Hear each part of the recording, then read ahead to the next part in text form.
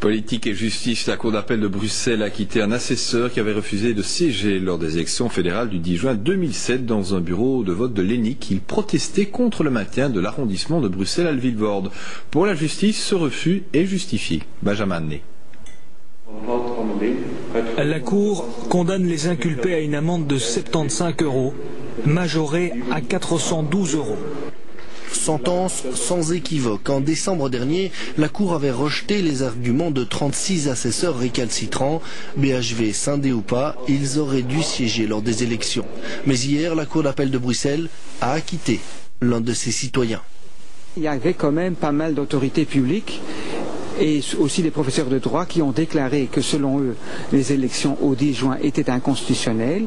Et donc c'était subjectivement un élément de légitimité pour un citoyen.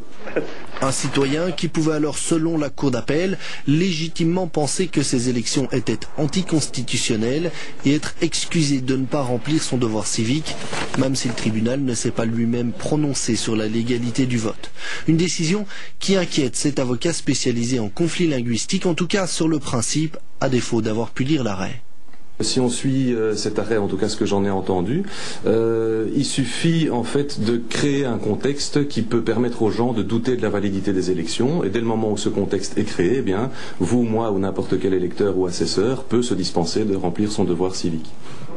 À Termonde, 3 assesseurs avaient déjà été acquittés en première instance, mais ils ont été condamnés depuis en appel. L'acquittement d'hier est donc le premier à survenir en 2e instance, et il pourrait servir à la 60aine de réfractaires qui doivent encore comparaître devant une cour d'appel.